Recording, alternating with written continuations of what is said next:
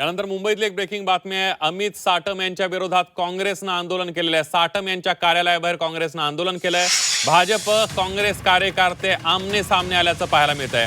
अमित साटम यांच्या विरोधात काँग्रेसकडून आंदोलन करण्यात आलंय। भाजपचे मुंबई अध्यक्ष अमित साटम यांच्या कार्यालयाबाहेर काँग्रेसनं आंदोलन सुरू केलं आणि त्यामुळे भाजप आणि काँग्रेसचे कार्यकर्ते आमने सामने आले। यावेळेला काँग्रेसच्या कार्यकर्त्यांना पोलिसांनी ताब्यात घेतल्याचं पाहायला मिळालं।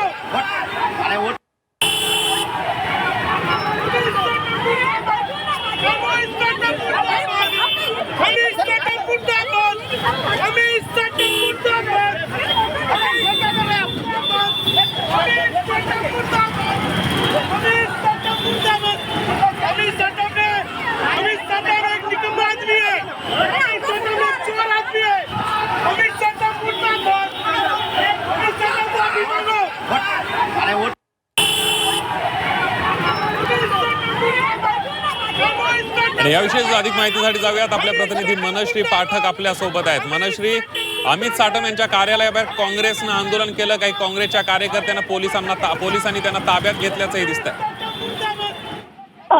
एकंदरीत आपण जर बघितलं तर बराच काळापासून हा वाद सुरू आहे। मंत्री आमदार अस्लम शेख यांच्या बाबतीत वक्तव्य करणाऱ्या भाजप अध्यक्ष आमदार अमित साटम म्हणजे जे मुंबई भाजपचे अध्यक्ष आहेत त्या अमित साटम यांच्यावर गुन्हा दाखल करण्यात यावा या मागणीकरता हे आंदोलन करण्यात आलेलं होतं। त्यांच्या लल्लूभाई पार्क अंधेरी पूर्व या ठिकाणच्या कार्यालयासमोर हे आंदोलन करण्यात आलं होतं। मात्र आता काँग्रेस कार्यकर्त्यांना पोलिसांनी ताब्यात घ्यायला सुरुवात केली आहे। अर्थातच अस्लम शेख आणि अमित साटम यांच्यामध्ये जो काही वाद गेल्या काही दिवसांपासून सुरू आहे त्या वादाची परिणती म्हणून हे आंदोलन केलं गेलं आणि त्यांच्यावरती गुन्हा दाखल व्हावा अमित साटमांवरती याकरता काँग्रेस कार्यकर्त्यांनी केलेलं हे आंदोलन होतं।